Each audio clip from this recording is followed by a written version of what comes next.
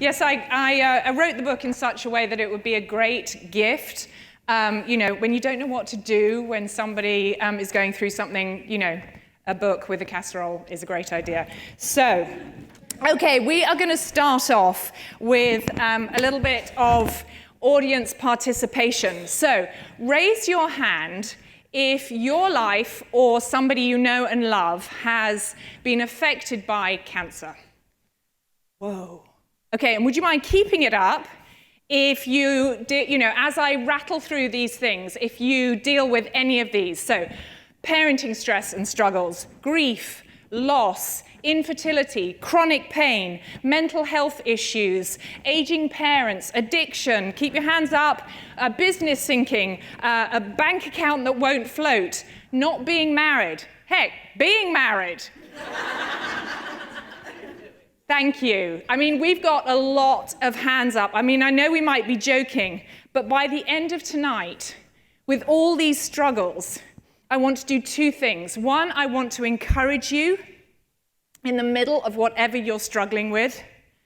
And two, I want to give you the tools to move forward in them and through them.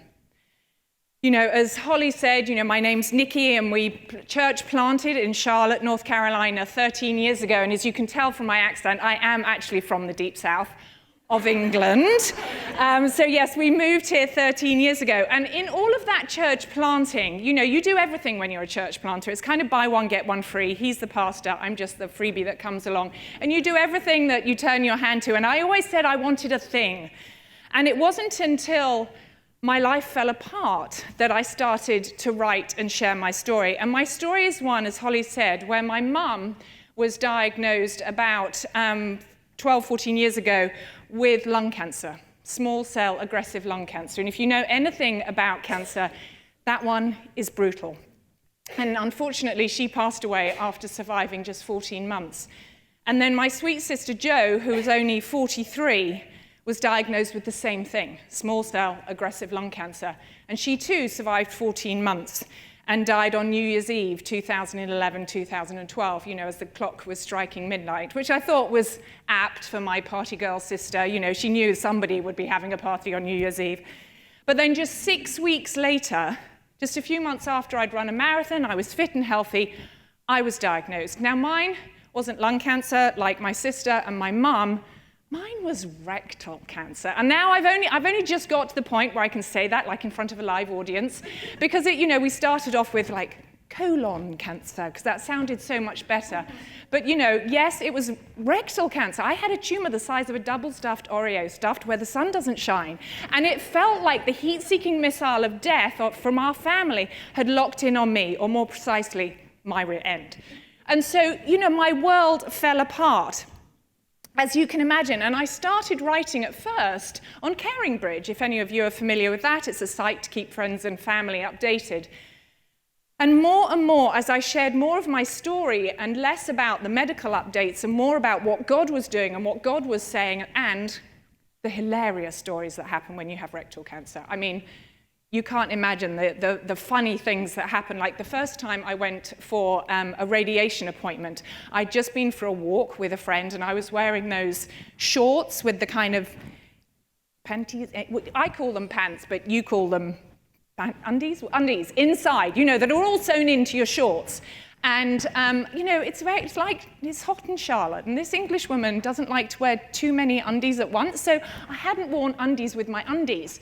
And so, the nurse said, well, if you could just strip down to your underwear. And I had to kind of go, I'm not wearing any. And so anyway, funny things happen when you have. So I started sharing these stories. And over time, I came to realize three things. One is that I wasn't alone, and no one gets to skip the tough stuff. Secondly, that God has something to say in our pain and our struggles. And thirdly, what he has to say is life-changing. What God has to say to us in our pain is life-changing. And if my family's run in with cancer and all those hands were raised, chose me anything, it's that any kind of suffering sucks. It just does. Suffering and pain and grief and loss, it just sucks. It just does.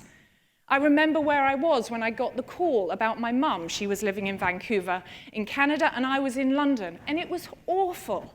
And I remember where I was in Charlotte. We'd moved to Charlotte by then, when Jo told me that she was diagnosed. And again, when I got the call that it was time to say goodbye to her. And I remember where I was when I got the call that, yes, that tumor was cancer. Suffering sucks. It just does. It sucks physically, it sucks emotionally, and yes, it sucks spiritually. It sucks spiritually because it affects our relationship with God. Because when we see suffering out in the world, we see others suffering, we see shootings, we see war, we see famine. We say, God, what kind of God are you that allows suffering? But when it's us that's hurting, when it's our marriage that's falling apart, when it's our kid that's being bullied, when it's our boobs that have cancer, it's like, what kind of God are you that allows me to suffer? It becomes personal. Pain becomes personal, doesn't it? I cried out to God. I was like, what the heck, God? After all I've done for you, I've moved my family from London to Charlotte. We've planted a church. It felt kind of personal. And I had no idea what to do in the midst of it. And so pain is really sucky, and it feels really personal, and we don't know what to do. And we cry out and we ask, God, what am I meant to do in my pain? What do you have to say to me in my pain? And the answer to those two questions, what do you have to say to me, God? And what on earth am I meant to do, is what's at the heart of Breathe Again, the book Breathe Again. And the message is to stop waiting. To stop waiting in our pain. And some of you might be thinking, stop waiting? What on earth is she talking about? I'm not waiting, I'm running on fumes. How can I stop waiting? But here's the thing, here's the problem we get to when we're in our pain. It's so tempting to hunker down, to dig in, to soldier on, to batten down the hatches, and to keep calm and carry on. It's really tempting to wait. It's like, well, we've just got to wait for the storm to pass, and then life will return to normal. Have you ever found yourself saying, if I can just get through this, or as soon as I meet the guy, we get pregnant, we get through this grief, if I can just get enough money. We wait, we think that the life God has for us is off waiting in the future. I remember as we sat with our oncologist, my oncologist, and she panned out the treatment that was to come. I was to have chemo and radiation and then surgery where they completely replumbed me and gave me an ostomy bag where I could walk, talk, and poop and worship in church all at the same time. And I had more chemo. And she laid it out, and I was like, right, if I can just get through this. It was like, I'm just got to batten down. I'm determined. I'm a Brit. I've got a stiff and perfectly bleached upper lip, and I'm like, I am going to get through this. But it felt like if I can just get to the end, then everything will be all right. I waited, I put life on hold, and then my ostomy bag would leak in Target, and it'd be a big reminder that I was right in the middle of the suckiness right then and there. But we put our life on hold. But guys, that's not the gospel message. That is not what Jesus said. He didn't say, I have come that you might have life and life to the full. But you just got to, hunker down through these storms for a bit, and then you can have it. He didn't say that. That's not the gospel message. He came to give us full life. And ironically, when we stop waiting for it, we find it. When we stop waiting for God's abundant life, we actually find it. And the truth is, life doesn't have to be pain-free to be full. He has more for us in the mess. There are rubies in the rubble of our shattered lives. We have been fortunate enough this weekend to stay at the beach house, which is absolutely wonderful. And it was today, I was down on the beach and it was windy and the wet waves were coming in. And I always get slightly nervous of seeing kids out in the surf because it reminds me that when I was a young 20-something, after college, before I started work, I had the opportunity to take a year out. And so I worked my way around the world. And I was fortunate enough to work for a while in Sydney. And I went for a hike with a friend just north of Sydney. And we hiked to a beach, and there were surfers, and I thought I was just so cool. I was like Baywatch, but in Australia. And so we went out into the sea, and we would swim between the flags where it said it was safe. And suddenly, we were way out beyond the surfers. And the waves were absolutely enormous. And I'm a really strong, well, I was then in my 20s, not so strong now, swimmer. But I was like, come on, we have got to get back to the shore. And so we swam, and we swam, and we fought, and we fought, and we got nowhere. And eventually, I got separated from my friend. And I was in that point. Have you ever been tumbled by a wave? And then you kind of go, and the next one comes down. And it just kept happening and happening. And I thought that was it. I just didn't think I was going to survive. And eventually, as I went like this, I felt a wrist on my hand as somebody put that down, grabbed my wrist, and it was a girl on a surfboard, and she took me in. And when we lay on the beach, and I was like, what happened? What on earth was that? And the lifeguard said, you were taken out by a riptide. You were taken out by a riptide, but here's the thing, you must never fight a riptide. You will never be able to fight the riptide.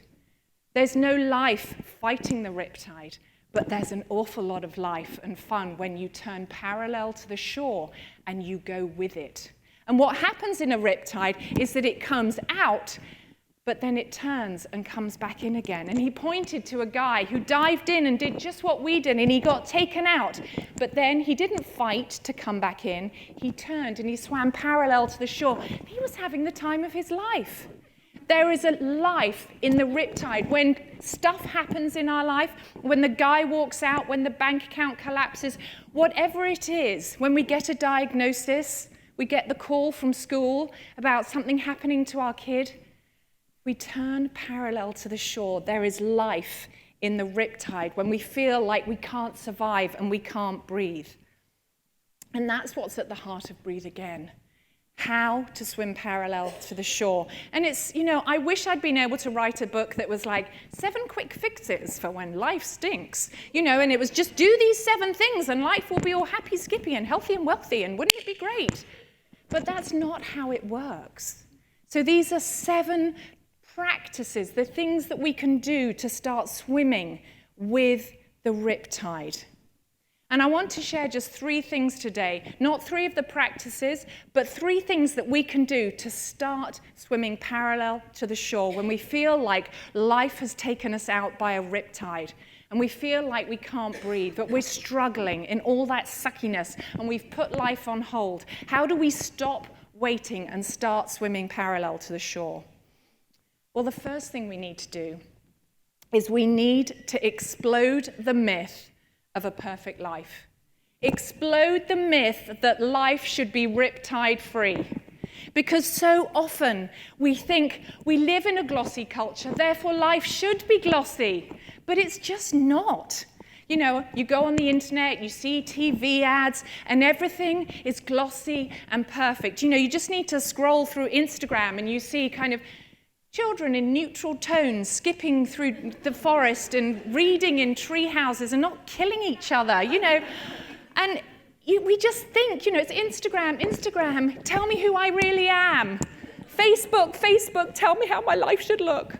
And they do. And so we think it should be glossy and we think it should be perfect. And I love the American tradition of getting photos at Christmas. We don't do that in England, but I have to say I quite like it. But I'm always amused, whether it's from England or America, we get the little Christmas letter.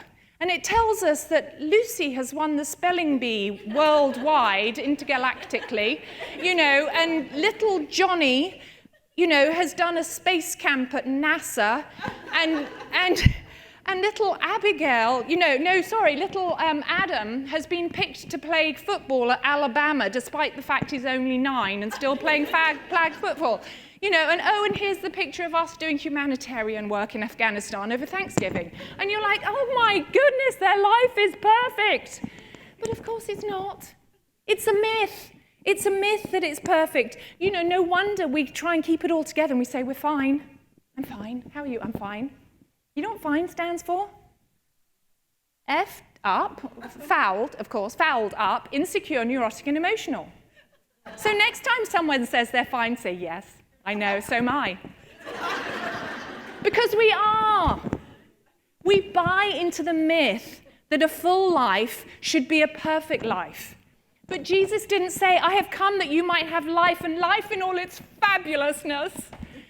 He didn't say that. We buy into the myth and we compare what seems to be their glossy life with our messed up wreck of a life. And it's not fair. And so we fight.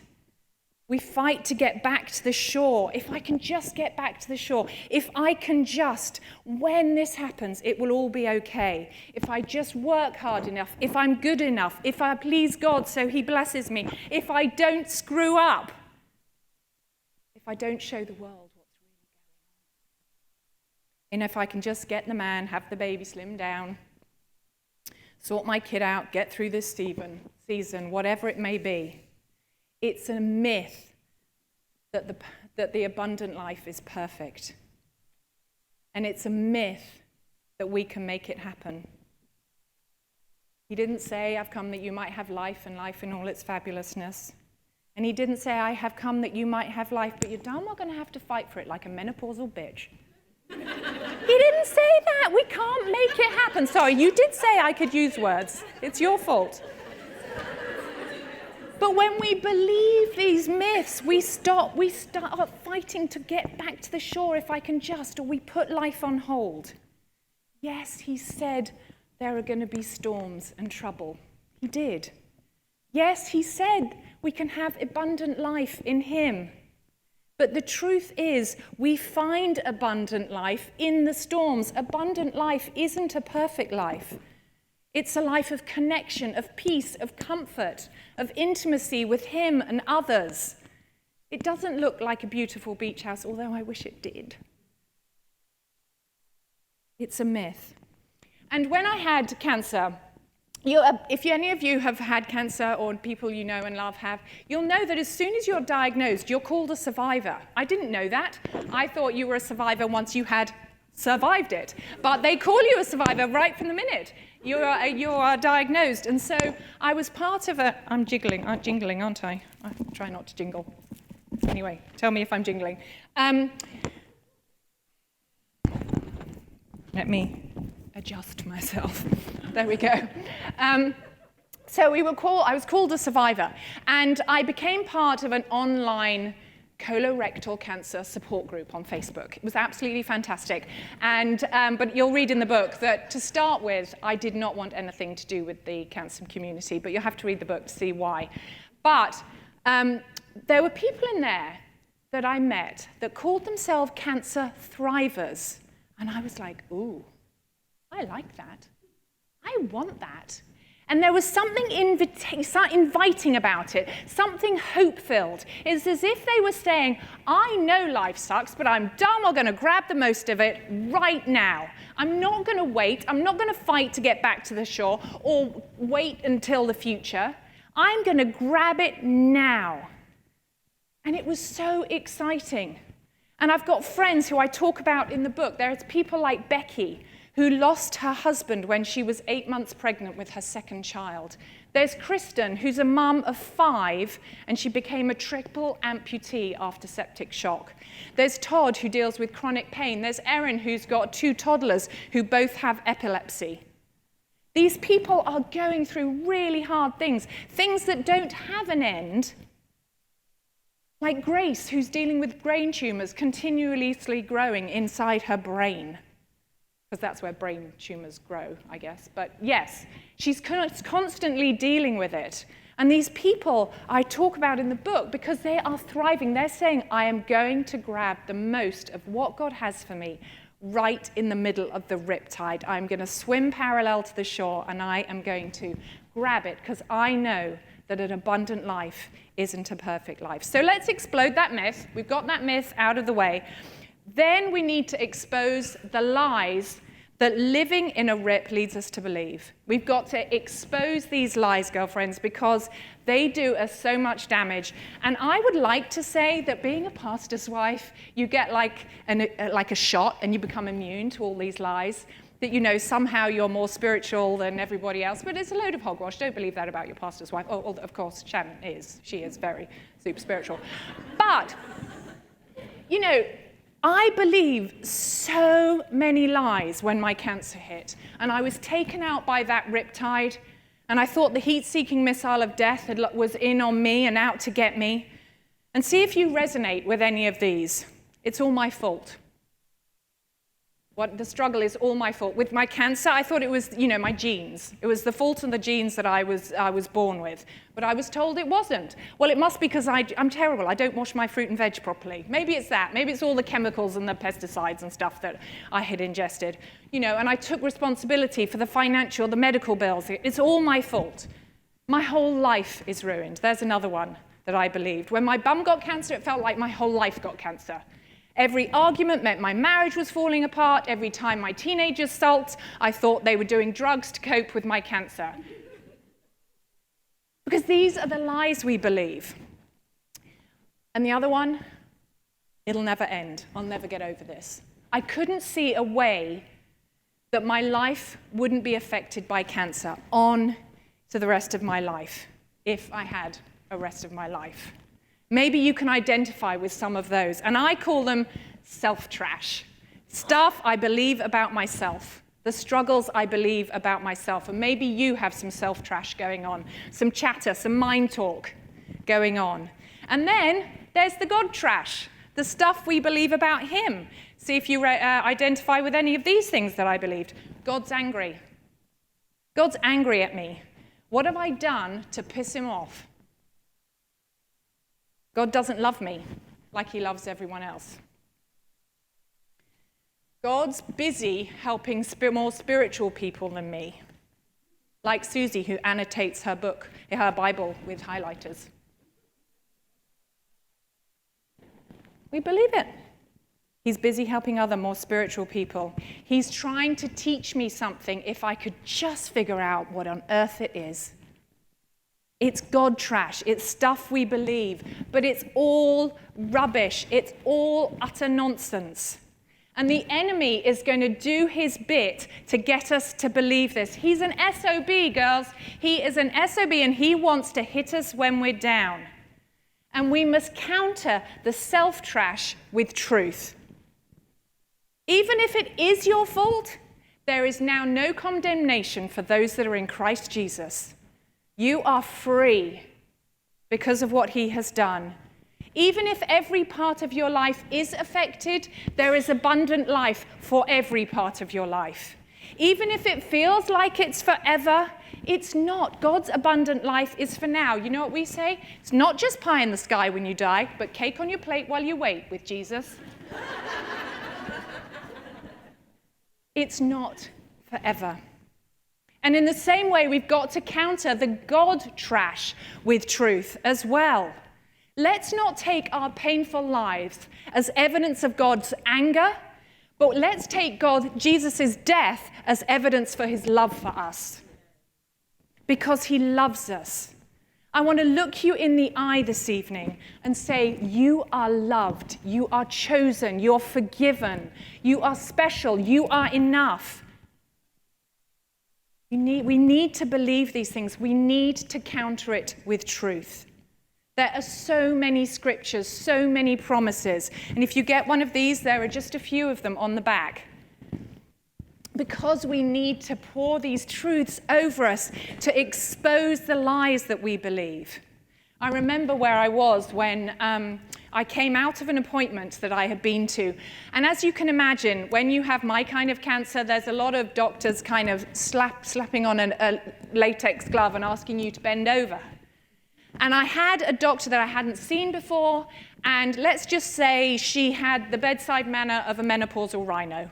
And I felt like I had been just kind of violated and treated like a beaten up old truck. And I was not expecting any news, positive or negative. It was just a checkup if she wasn't my regular doctor. And she basically said, oh my goodness, your tumor has grown. And I'm like, you didn't even know what size it was before, but just her bedside manner. And I held it together, and I was very British, and I didn't say anything. But as I left, the tears started coming, and I pulled over in our local park, and I just sobbed. And all these lies were coming at me. And all I could do was breathe in Jesus and try and breathe out the lies. Breathe in Jesus. And I had to counter with truth. I had to kill the lies before they killed me. That's what we have to do. I'm not perfect at it. I'm still learning. And sometimes somebody has to say, come on, look what you're believing. I'm like, oh, yes, I am. But we must counter with truth, because the thing is, we don't fight for victory. In him we are victorious, so we fight from a place of victory in the name of Jesus. And thirdly, so we've, exploded the myth that life should be riptide free and perfect. We've exposed the lies, the God trash and the self trash, and we've countered them with truth. And then we need to enter in. Finally, we can enter in order to grab the full life that Jesus has for us. And that swimmer that dived in after us, and he turned and swam parallel to the shore, he still had to swim. He couldn't just not swim. He was out in the riptide. He needed to swim. And so we need to do things to help us. We need to swim our strokes in the riptide. And that's what the 7 practices are in Breathe Again. They're 7 strokes. And Holly said it's about going from surviving to thriving. And as we go through the book, I build with you a Thriver's Manifesto. So by the end, you're saying, I am a thriver. And we go through these 7 practices, these strokes that we can do to enter in and swim with the tide. And the first one is choose brave. Choose brave. Because here's the thing, it's the one that enables us to go on to the next one. It's the one we have to do first. And we have to remember that brave isn't something we're born with. It's something we choose. Brave is something we choose, often minute by minute, painful step by painful step. It's a choice we can make when we feel like we're out of choices. When I had cancer, I felt like I had no choice about anything. Nothing.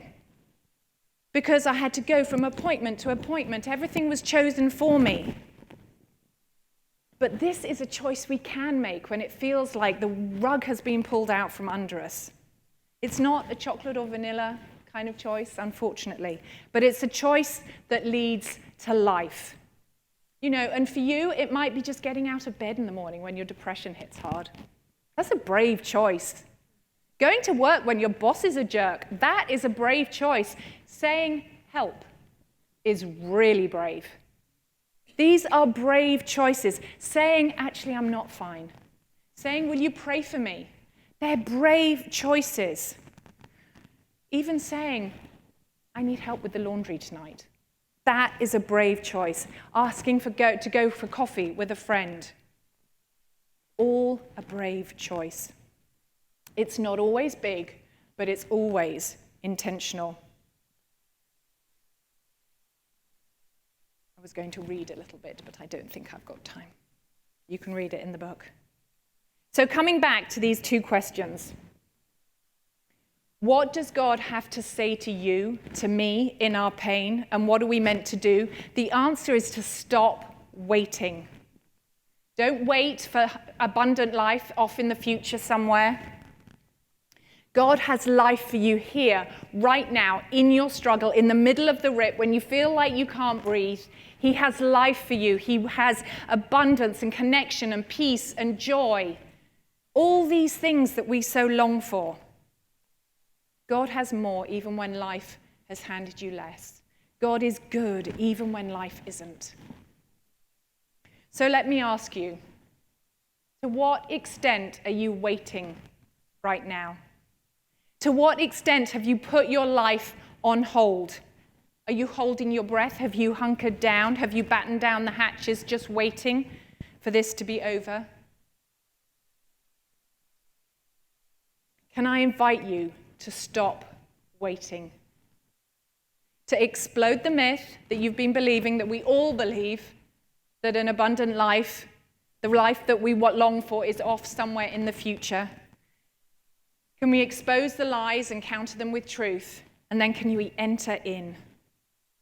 Of course, it's easier said than done. It always is, unfortunately.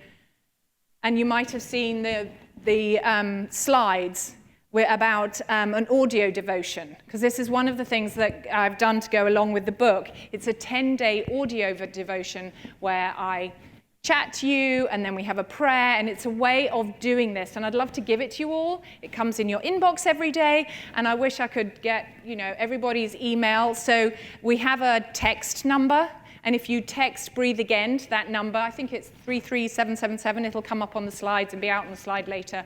I don't want to interrupt now, but you'll be able to get that, because this is one of the things that will help us do it, because it's not easy. If it was, we'd all be doing it. But I want to help as much as I can. So can I invite you to stop waiting? Are you willing to stop waiting? I know it's hard. We can pray the prayer, I am willing, help my unwillingness. So I want you to imagine your life, even now in the middle of what you're going through, full and abundant. What would that look and feel like? Because it's possible. It's possible to thrive and not just survive. God has more for you. He loves you so much. And he's not saying, the life I have for you is off in the future. Let's remember that with God, life doesn't have to be pain-free to be full. So girls, let's go grab it. Let's go and grab it. And I think tonight he has so much more for so many of us. And so can I invite you to stand? And we're just going to take a moment to do that right now. At CityChurch, we say it's all very well talking about God, but wouldn't it be great? Let's meet him. Rather than talking about what God can do, let's meet with him, let's invite him in, and let him do the changing. Wouldn't it be great if we walked out of here changed tonight? Not because of anything I said, but because we encountered God and that loves us and has more for us, and he did the changing. So this might be new for some of you, but I just want to invite you to close your eyes and maybe put your hands out as if you're expecting a gift to arrive in your hands. And there's nothing spiritual about that. It's just an outward expression of an inward reality that you're saying, Lord, I'm open. And I'm going to invite the Lord to come. He's here already, but I'm just going to invite him to come in more power. And we're just going to wait for a minute. And I want to invite you to take this opportunity to tell him where you're struggling. Tell him where you've been putting your life on hold. Tell him where you're angry at him. He's big enough. He can handle it. Tell him what's going on. Tell him what you long for. Tell him where you need breakthrough. Tell him where you're hurting. And we're just going to wait. That's a brave choice too. I'm going to pray over you. And then in a minute, we'll have an opportunity to respond. You can come down to the front if you feel like anything has resonated. There'll be prayer ministry team here. But let me pray, and we'll wait just for a minute. Lord, thank you that you came to give us abundant life. Lord, thank you that it is not waiting off in the future when we figure stuff out and we get through the tough stuff. Lord, come, Holy Spirit. Minister to the deep pain and grief. Holy Spirit.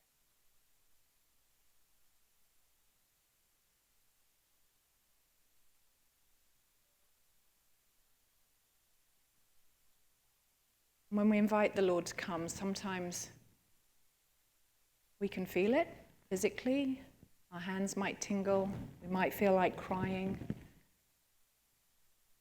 We might sway a bit.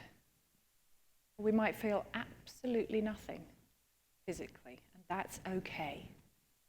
When we invite the Spirit to come, he comes. How much more will the Father give the Spirit to those who ask?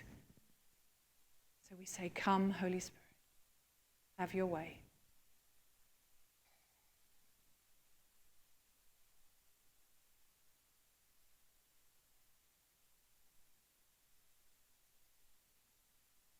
And if any of the words that Shannon prayed earlier resonated with you, I would encourage you to come forward. And I had a picture earlier as well of somebody out in a riptide, and they kept being thrown life rings, but every time they would pass it to somebody else, saying, I'm fine. But they were slowly drowning. And I just feel like God is saying, it's okay to take a life ring. I am your life ring. Come with me in the rip. They'll be okay.